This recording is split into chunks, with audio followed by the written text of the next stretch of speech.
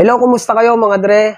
Ako nga pala si Rai TV at bago ang lahat, binabati ko po kayo ng isang maligayang Pasko at manigong bagong taon. Ang content na ibabahagi ko po sa inyo ngayon ay voice recording mula po sa isang kaibigan ni FPJ at siya na lang yung natitirang buhay na scriptwriter ni The King. Voice recording lang po dahil medyo nahihiya pa po siyang humarap sa camera. Pero nangako naman po siya na sa susunod naming pagkikita baka mapaghandaan namin ang isang panayam. Dahil siguradong marami pa siyang kwentong FPJ na ibabahagi sa atin. Ang taong tinutukoy ko sa inyo mga dre ay walang iba kundi si Ginoong Senen Dimagila. Tulad nga ng sabi ko sa inyo kanina, siya na lang ang natitirang scriptwriter ni The King dahil yung iba po ay pumanaw na. So ano pang hinihintay natin? Huwag na natin patagalin to at makinig sa trivia ni Ginoong Senen Dimagila tungkol kay The King. Alam mo ba na si FPJ hinamon ni Muhammad Ali sa isang exhibition fight? Exhibition? Oh. Dito po yan sa Manila. No. Hinamon ni FPJ ni Muhammad Ali si FPJ for an exhibition fight.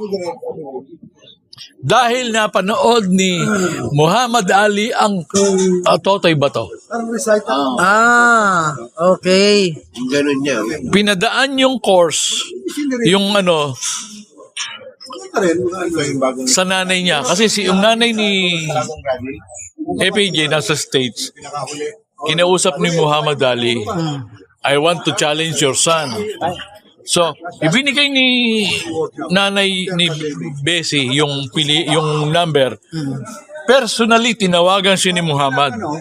Talaga? Oo, personally, tinawagan siya. Let's have an exhibition fight. Pwede, exciting, di ba? Matalino yung FPJ . Sabi niya, what will I gain? Sa loob niya, sabi niya, ano mapapala ko dito? Muhammad Ali to. No. Sabi niya, no. With all due respect, you are my idol. Sabi niya? Oo. Sabi ni FPJ, you are 6'2". You are a world champ. I am just 5'10" and just an action star. I have to beg. I have to beg up. We cannot have an exhibition. Hindi siya pumayag. Hindi siya pumayag. Oh, gagamitin lang siya ni Muhammad Ali. Remember, si Muhammad Ali nagkaroon ng exhibition fight sa isang Japanese wrestler, si Inoue. Bago itong Inoue na boxer, meron ng Inoue na wrestler na sikat. Okay. Naglaban sila ni Ali na ended up in a draw.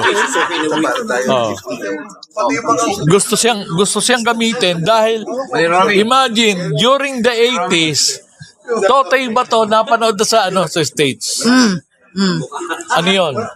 That time Betamax pa. Yes. Or VHS, whatever. Pero yan, ipagmalaki mo do sa mga vlogger na nagmamagaling, alam mo,